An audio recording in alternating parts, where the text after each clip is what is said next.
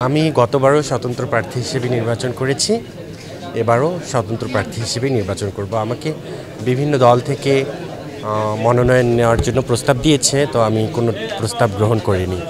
যেহেতু আমাদের রংপুরের মানুষজন কোনো দলকেই কিন্তু পছন্দ করছে না।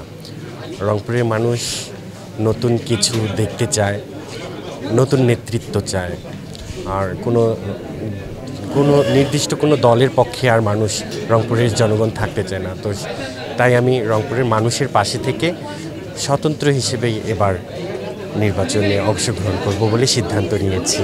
নির্বাচনের প্রচারণায় একটা ব্যয়বহুল খরচের বিষয় আসছে, তো আমার আর্থিক সীমাবদ্ধতার কারণে আমি এখনও ওভাবে মাঠে নামতে পারিনি।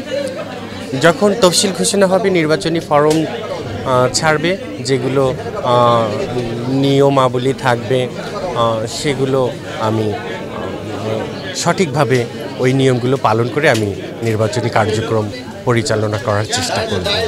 আমি মনে করি যদি সুষ্ঠু নির্বাচন হয় তাহলে আমি নির্বাচিত হব, কেননা আমি জনসাধারণের সাথে যোগাযোগ রেখেছি, এখনও চলমান আছে।